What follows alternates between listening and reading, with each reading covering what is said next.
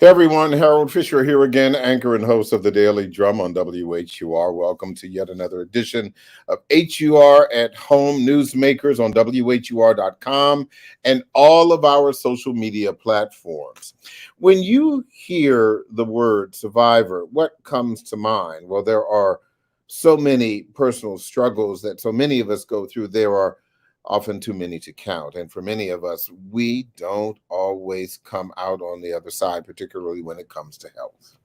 Well, tonight, we have a survivor story to share that is both noteworthy and inspiring. Erica Campbell is a survivor of stage 4 Hodgkin's lymphoma. It's a blood cancer. She's also an advocate for patient education, a fashion model, and now an author. She's here to share her experience with us. Erica, thank you so much for joining the conversation and spending some time with us. Yes, thank you for having me. It's an honor to be here with you tonight. Well, thank you so much. I guess the three words that can describe you right now are "I'm still here." Yes, definitely. That's about right. I'm still here. I am grateful. I'm very blessed. And it's a great thing to be able to still be here and to be a voice and to be a face in cancer communities all across the country to be able to share my amazing life-changing story.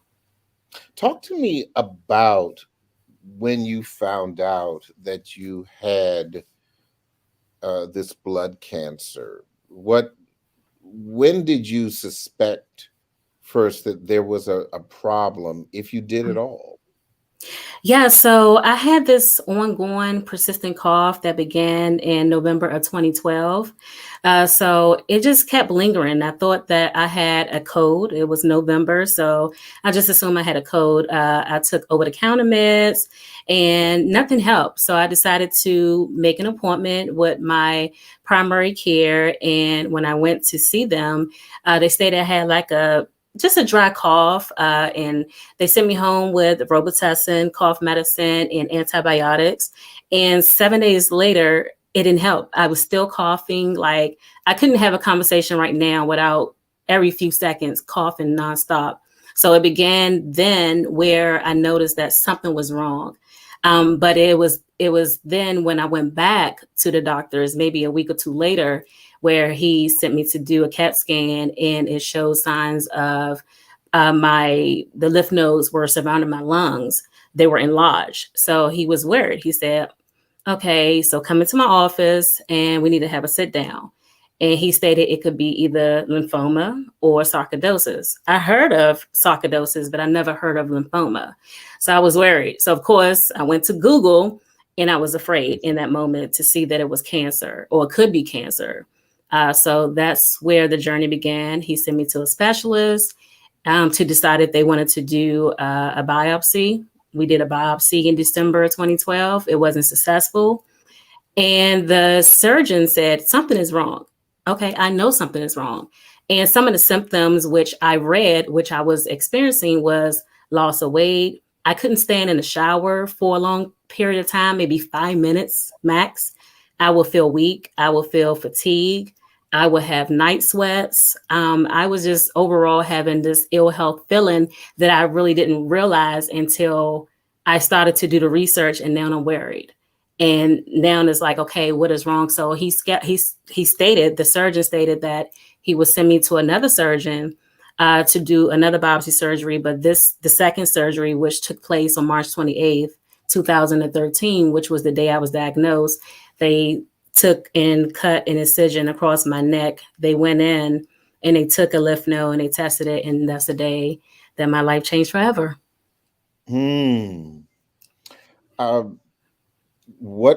How were you treated? What was the process for treating this cancer? Yes, so I did receive chemotherapy treatments. I did 12 rounds over a course of 6 months. I was going back to the cancer center biweekly, receiving treatments. It was a journey. It was a roller coaster ride. I spent a lot of time in the hospital. MRSA, shingles, blood clots, you name it. I was going through it.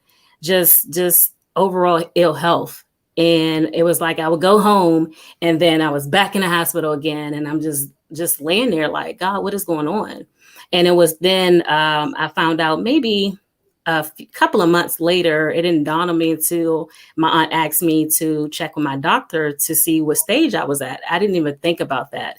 And this is after they did a biopsy on my bone marrow, and the cancer spread throughout my entire body and into my bone marrow. So it put me at a stage 4. So I was diagnosed at a stage 4. Mm. Yeah. Many people, unfortunately, this is a disease that is potentially deadly. Yes.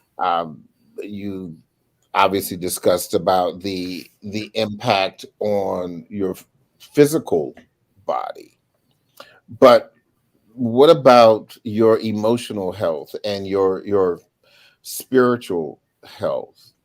How was that impacted when you realized that I'm sure there was a point at which you were questioning whether or not you were going to be here? Yes. Yeah. In the beginning, when the surgeon, so they took me, I had to stay overnight for a few days, the first initial diagnosis. And when the surgeon came into my room where my mom, my dad, and my sister was as well, and said I had cancer, I was devastated. I was scared. I felt like I was like in a twilight zone. Like I was confused and I was angry with God. And I'm like, why me? I questioned God for a while. I was like, why me? It wasn't until I decided to say, you know what? I took a step back. I prayed about it. I trusted the process. And I'm like, why not me? I'm not exempt from anything. But yes, it was many times in the beginning where I was just angry and I was just like, I want to get through this. Am I going to die? I asked my doctor that several times. Am I going to die? Especially when I found out I was a stage 4, because in my mind, you just all you know, death, stage 4, I'm going to die. So it was until like I just sat back and I just meditated and I took a moment to just speak to God, to talk to God often, crying. It was a moment where I had an anxiety attack for the first time, and I thought the devil was on me.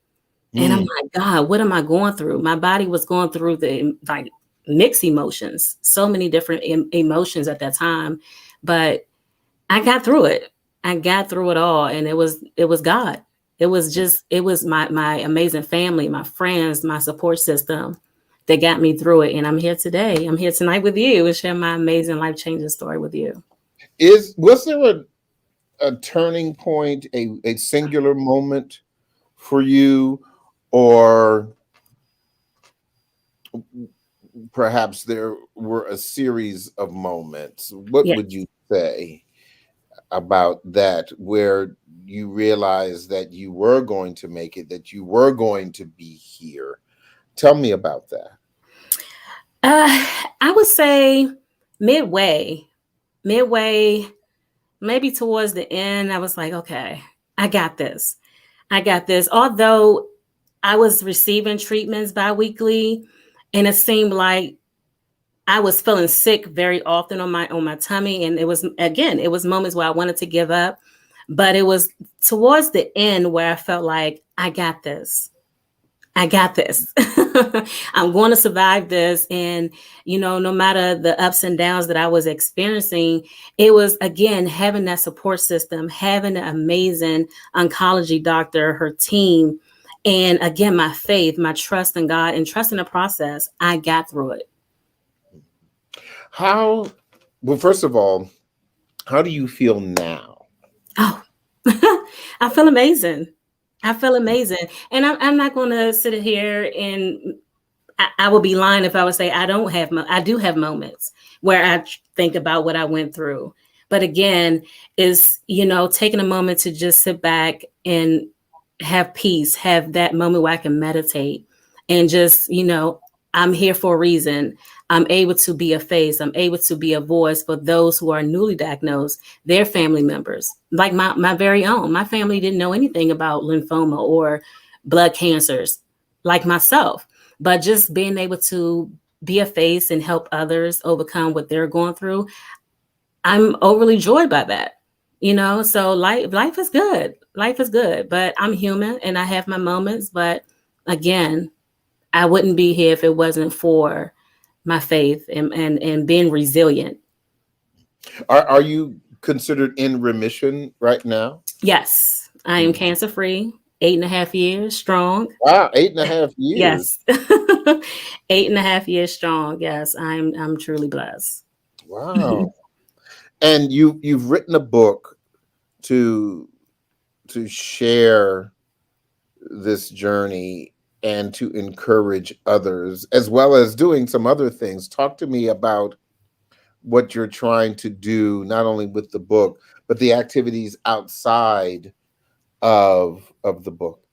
Yeah, so my book, as I have right here, I Oh, survived. hold it up to the camera a little bit.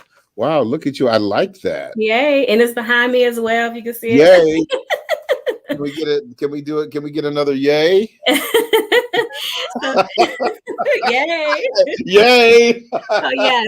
My amazing book, I Survived from Cancer to the Runway, is I'm so transparent in this book. I'm an open book with my story, to just sharing the journey leading up to my diagnosis, the roller coaster ride that I endured, the ups, the downs, the good, the not so good, to be able to show people that no matter what you're going through in life, it don't have to just be cancer.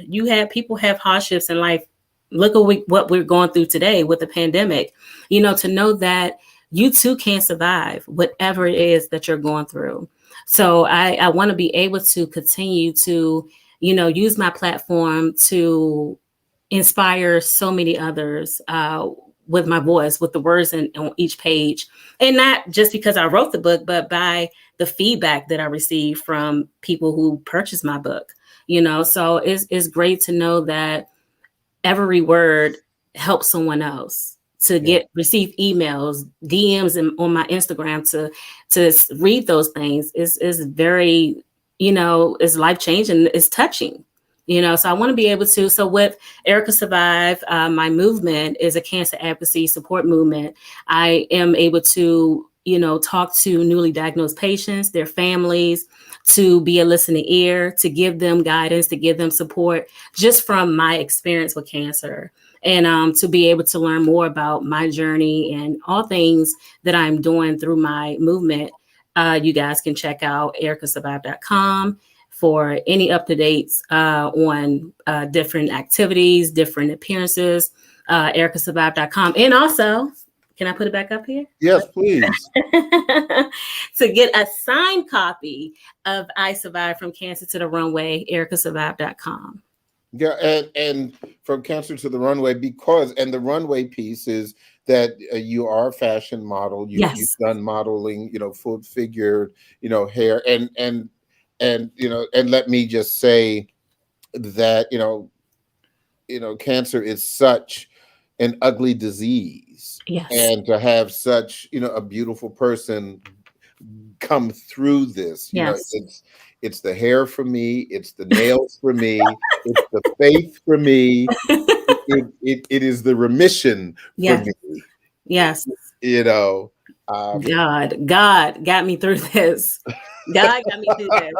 And the support of everyone, my friends, my family. If it wasn't for, them, I wouldn't be who I am today. I wouldn't be in this space today. Yeah, I'm very happy for you. And I salute you for the work that you're doing, and to be able to show up. Yes. Not just the physical person, but the spiritual person and the supportive person, because there are a lot of people who are going through this process who definitely need the support of the Erica Campbells, out there. So, thank you so very, very much. Again, what's your website again for those who are interested in finding out more about you? Yes, ericasurvived.com is my website, and Erica_survived is my IG. All things Erica Campbell. There you go. Erica Campbell, again, thank you so much. I wish you continued good health and continue to be able to say, I am still here. Yes, I survived. There you go, to survive. Thank you again so See much. ya. That is it for this edition of HUR at Home Newsmakers. I'm Harold Fisher.